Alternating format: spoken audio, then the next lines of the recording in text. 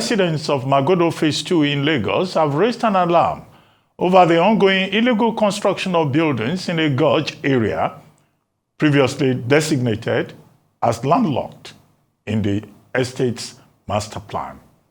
The area, which is a natural water collection point, has been a source of concern due to its potential to cause environmental hazards, including mudslides and flooding. In a petition to Lagos State Governor Babajide Sanwo-Olu, signed by Niyi Odusi, chairman of the Magodo Residents Association, the residents expressed their fears that the construction activities, backed by some officials from the Lagos State Ministry of Physical Planning, pose a serious threat to the safety of existing properties and infrastructure. They emphasized that the landlocked gorge, supported by vegetation and sandmass, plays a critical role in maintaining the stability of the area, and any disruption to its natural state could lead to disastrous consequences. Joining me now for a conversation about this development are the coordinator, Southeast Zone, Magodo GRA Phase 2, Dotun Ifebogun, and the chairman, Central Consultative Council, Magodo GRA Phase 2, Pastor Bisi Olowoyo.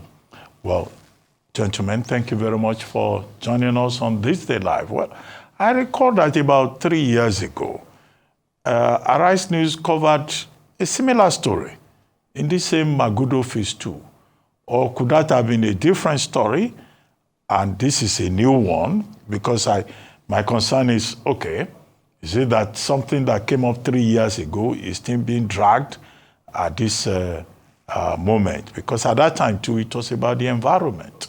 It was about land, access to it, and environmental safety. Okay, but I'll allow the two of you to clarify and define what the setting is this time around before I ask for further clarifications. Let's start with you, Pastor Olowoyo, Chairman of the Central Consultative Council. Thank you for having us, Dr. Abati. The incident you referred to about 3 years ago is actually a completely different issue that related to some disputes on ownership of the Magodo land itself by some families that claim that they have a judgment of the Supreme Court, even to own the place, and then there was an evasion, and that led to some level of, outcry, which the governor intervened, and then the two groups were brought together, and a solution was being found to that particular situation. That is going on as we speak, and I believe a solution is already being charted out by the state government. But this particular one relates, just as you in your introduction, even to a section of Magodo in a place that is designated as landlocked, and which some developers have come to develop against the fact that, number one, the place was not originally designated to be developed, and number two, like you rightly said, it poses a great environmental danger, even to not just that environment, but to the residents of the place. And that's why I know that Mr. Ifebogun, who is the chairman directly of that particular zone, even can throw more light to the current situation that we have there. Okay, but what I take it is that in your estate you have a lot of problems. From one trouble to the next one. Well, like any other estate, largely actually, okay. You always find, issues of development, largely in Lagos, where there is always contention and competition for one issue or the other, land area, ownership here, right here. So Magodo Phase 2 is not any different, I believe. Okay, Mr. Ifebogun. Okay, thank you. You are the chairman of the Southeast Zone where this trouble is. Yeah. Yes. So, what's going on? Okay, so basically just like you highlighted, there's a particular location designated as a gorge. It is not for development, it's a green area. And we have issues where interest is being pressed on that for the purpose of development for commercial purposes. which goes against the entire environment in itself. The whole idea of that area as a gorge is that it's a collection drain, it's a shallow, it's a deep end, and we have properties directly behind it. And the road stays a very high gradient above it when you drive in. So the situation at hand is that if you allow such to happen, not only will the road be threatened, it could cave in, any mudslide or anything will just wash up the entire road. And imagine over 20 properties at the lower end of it, standing on their own, pre-existing before this time. So any activity that distorts that entire environment is a calamity waiting to happen. And just to also inform you, there's also a Magodo phase 1 that actually witnessed something like this because of invasion of an environment that led to degradation. And these are the things we're trying to avoid this time around. That's why we're shouting to the entire government functionaries to take a proper look at this entire development and do the right thing. If in the scheme of Magodo itself, it has been designated as area of no development, what has changed and how did that come about? So perhaps there should be some further checks and further investigation at the right quarters to ensure that proper things are done within that space. Thank you. Okay, but let me ask. The Ministry of Fiscal Planning, as I mentioned in this matter, the Ministry of Environment is also involved. And the Lagos State government is very strict about physical planning, about environment, particularly where master plans are violated. Why is it different in the case of Magodo Phase 2? It actually bothers us a lot because we are very familiar with the stand of the state governments around this. I guess the pressure for land and also the enviable surrounding of the location has attracted too many people beyond what is available for use. What we have been able to discover is the fact that some people may have unknowingly or unwittingly identified a location that is not appropriate for construction. And we're of the view that with the coming in of the Ministry of Environment and the Ministry of Physical Planning, a proper assessment of that location will be done in order to not only ascertain the status and also ensure that the environment is kept. Lagos State is known for the interest in keeping the environment secure and maintaining the ecosystem. So we're actually shocked as well to see this development coming, and that's why we had to go to the public to say, hey, come and look at what is happening here. Thankfully, after going public, the ministry officials came to examine the place and actually put a stop order to that entire development. But beyond the stop order, there's already a degradation happening. The cliff holding the road has been cut off. That cliff, if it's left the way it is, any major rain, any major flood poses a disaster. And interestingly, if you recall, there was a rain that was heavy, I think the Sunday to Monday, first weekend of August. That rain in itself caused havoc around that location. These are the issues we are calling the government attention to prevent. We shouldn't allow this to stand. We should put a stop to it in order to avoid any further destruction of the entire environment and properties that are within the space. Olowoyo, is it possible for the developer that you have mentioned in this conversation, because it looks like there's been very substantial development around that gorge, is it possible for him to start erecting such a massive structure without government approval?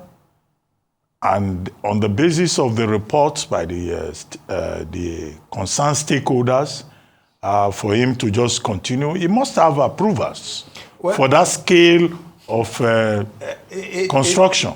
It often beats some imaginations actually when you see some of these things. Now they come up and they tell you that they have approval and so on. But when you ask simple questions like, if you want to do such a massive scale of development, one of the things you want to show is an environmental impact assessment of the place, understanding that anything you do in that place can cause disaster. And in this particular instance, and of course you also know what obtains when developers are very desperate and they go in through different means to be able to come up to say that they have, because we know that the Lagos State government, especially the Ministry of Environment, and even the fiscal planning, will not actually ordinarily allow this, especially going back the fact that it is a landlocked area that is not supposed to be developed. So that was why when eventually the stakeholders had to cry out, and then, well, you find a number of people who are now coming up to say, no, this place should not be developed. But the question you asked is very germane and is very paramount. We will not know how this kind of development can even be allowed to even start, knowing fully well the magnitude of the disaster it can come if it is allowed to progress. Okay, let's put the matter on the table, Mr. Ifebogun. In the newspaper report that I read, it was stated that some officials of the Ministry of Physical Planning are the ones backing this particular developer.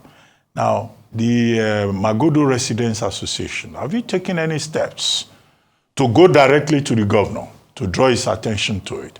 Because if you are handling it at the level of the ministry and construction is still continuing, reaching the stage it has reached now, well, if the governor is not aware of it, he may just well say, well, why wasn't this brought to my attention? Thank you very much, Doctor. Just to let you know, before the program, Then, apart from going to the governor, why has the association not gone to court? Okay. If you have solid grounds to say that there is threat to the environment and threat to life, you can go to court and seek an injunction. Thank you, Doctor. In the first instance, the attention to the governor through a petition was what led to the stop order in the first instance. Because without that, perhaps a lot will have been done beyond even the recognition of anybody. So when we petitioned the office of the governor, that was when the ministry actually now rose. Because we wrote to the ministry, there was no attention to that letter until we petitioned the governor. Now, that happened, and there was a stop order. The next issue now is that we need for this place to be reinstated. Perhaps the time to get to the governor directly has come. Because for the past 3 weeks that we've had this stop order and actually also met with the relevant ministries, we believe some form of damage control and palliative should have been put in place to avoid further degradation. And just like you mentioned, I mean, the governor is there for us to engage, and we will do that to the best of our ability. And we hope that, I mean, the entire government functionaries will be able to see this from this perspective, that we want to protect the environment. And from that point of view, we believe that sooner than later, we'll have audience with the governor. And we wouldn't have to resort to anything that is legal, because again, we expect that the right things will be done. Pastor Olowoyo, are you optimistic? Because in Nigeria, things happen. Some people are more powerful than estates. I agree with you, but I believe that that place, if you even visit the place, you would be scared to imagine that a development would happen, because it's a disaster waiting to happen. So I am very confident that when the right officials of the government even go to the place, inspect the place, with the current stand of the Ministry of Environment and Fiscal Planning, I'm very confident that they will not allow that development to continue. I'm very optimistic about that. It will not help even the work that the ministry is doing. It will not help the people there, just like what he referred to. I was there to look at the incident that happened in that place. That a wall, a fence actually fell on a building. And it was just God that didn't allow the residents. They cannot stay there as we speak. A whole car was covered. A whole swimming pool was covered. And this is just the beginning of such things that can happen. The fiscal planning and the rest of them are aware of this issue around that location. So if you dig in and excavate further, you are going to have even worse disaster. So I'm very positive and confident that the government will not allow it to continue.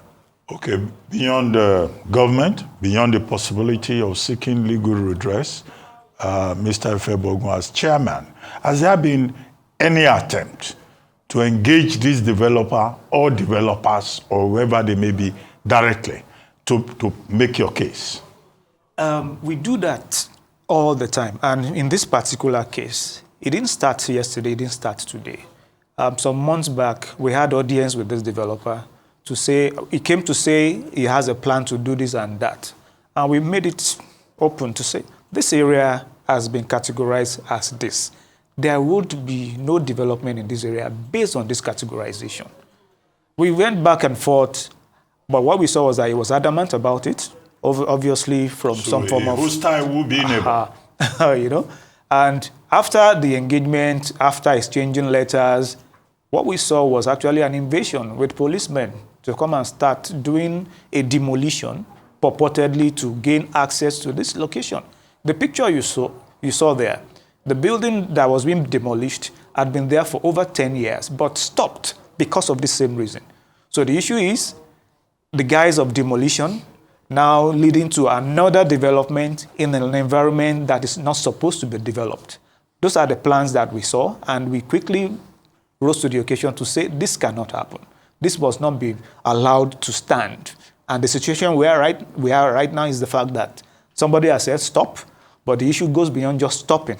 The issue is around reinstating the correct use of this space and avoiding anything that will cause further environmental degradation. And you don't think that we have reached a stage in this matter where it's better to go to court? Well, although go to court in Nigeria has different meanings. Well, we feel that, Dotun, we feel that if the government is properly advised on this, it will not need to get to the point of the court, because it's an obvious case that any government that would look at the environment and look at the lives and the safety of the people will not encourage that to continue. So, of course, if at the end of the day things don't go in that wise manner, yes, a possibility of a recourse to court may happen, but we don't even think it will get to that, because we believe that this is a very responsible government and that they are very, very strong on environment issues at the moment. Okay. It's very good to hear that all of this is still at the level of dialogue, negotiations, trying to find good reason, and nobody has resorted to self-help or the recruitment of thugs to turn Magodo Phase 2 into a war zone. But what are the next steps, possible next steps, as we begin to wrap up? Well, there are plans to engage the governor directly, just like you mentioned, and we expect that to happen within the next couple of days. Hopefully, by the time the stakeholders, the people that have great understanding around the environment, lay it bare to the governor, he will probably see reason with us and also see the fact that maybe somebody must have unwittingly made a representation that shouldn't have happened in the first place. So we expect that that would enable us to nip this in the bud and also correct whatever error that has been done so far. Any last statement on this? All I would want to say is to emphasize the fact that it's important that the government that is also being encouraged in the work of protecting the environment, does not cease in doing that, and that the Ministry of Fiscal Planning and Urban Development also sees this as a challenge, to ensure that the residents of Magodo would have some confidence and be able to sleep at night, without sudden caving in of the portion of the road that could spell a lot of disaster to the people. So we believe that the government will do the right thing in the way they have always done, and then all of us will not need to go outside of this regular jojo that we're doing now, and everybody will see reason. Okay, on that note, Mr. Dotun Ifebogun and Pastor Bisi Olowoyo, I would like to thank you very much for joining us on This Day Live, this Sunday talk show.